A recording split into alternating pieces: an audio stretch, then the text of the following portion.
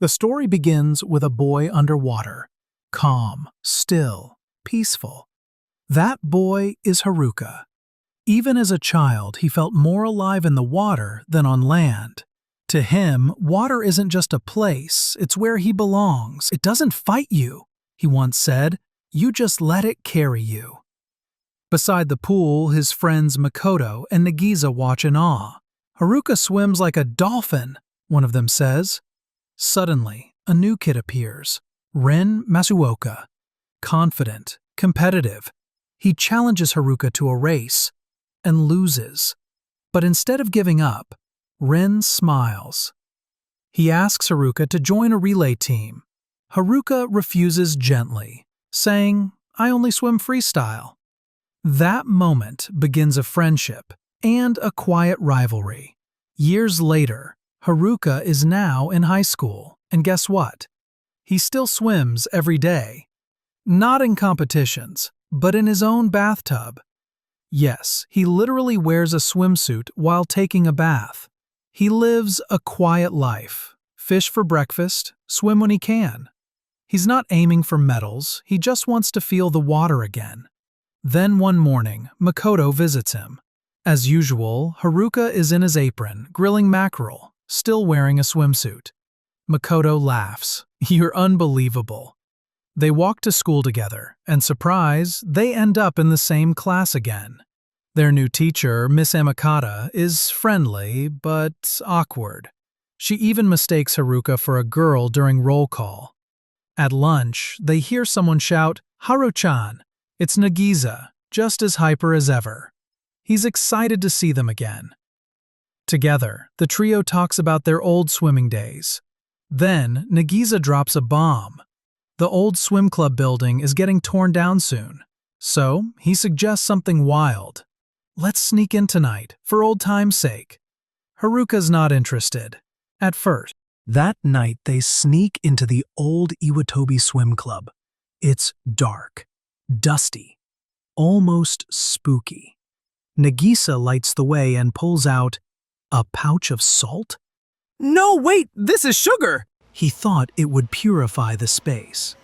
Classic Nagisa. They find their old locker room, and inside, an old photo.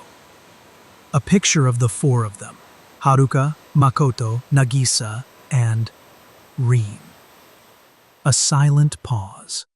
So many memories come flooding back. That photo, it was from the relay they won together. Haruka stares at it. Maybe he misses those days, even if he won't say it. Suddenly, a shadow steps out from the dark. It's Rin. He's taller now, sharper, colder. No warm hellos, no smiles, just 3 words. "Let's race."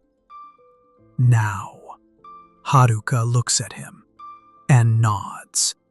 They strip off their jackets and walk toward the edge of the pool. Makoto and Nagisa stand back, shocked. But as Haruka gets ready to dive, he stops. "There's no water. The pool is empty."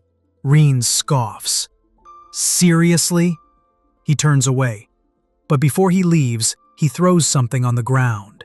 Their old relay trophy. "Don't need it," he says. Then he walks out. No emotion, no goodbye. Just like that, he's gone. Haruka stares down at the broken trophy. The next morning, the 3 boys sit in silence on a grassy hill. "Maybe it wasn't really Rin," Makoto says. Haruka shrugs. "Maybe it was just a ghost." Nagisa adds, "If it was a ghost, it didn't float, so probably not." They laugh a little, but deep down, they know that was Rin. Later that afternoon, they're called into the faculty office. Turns out, sneaking into the abandoned club building is not allowed. Their homeroom teacher, Miss Amakata, tries to save them with a poetic quote. "Water flows not only in rivers, but also through the heart." The principal just stares at her. They barely get out of trouble. Nagisa suddenly gets a new idea. What if we start a new swim club? From scratch? Makoto and Haruka are unsure. But Nagisa? He's already designing the logo in his notebook. Later that day, the boys head to Samazuka to check out Rin's school. They sneak in again, this time into a facility that's actually functioning. The Samazuka indoor pool glows blue. It's beautiful. Without saying a word, he takes off his clothes. Don't worry, he's wearing his swimsuit underneath. Haruka dives in. Nagisa jumps in right after.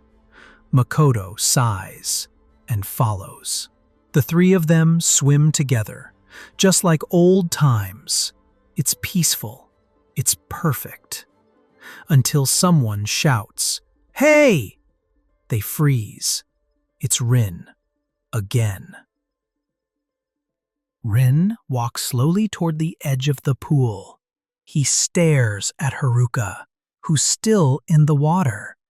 Haruka pulls himself out of the water and says, "I'm supposed to have 3 years left till I normal. But I guess it couldn't hurt to wait a little longer."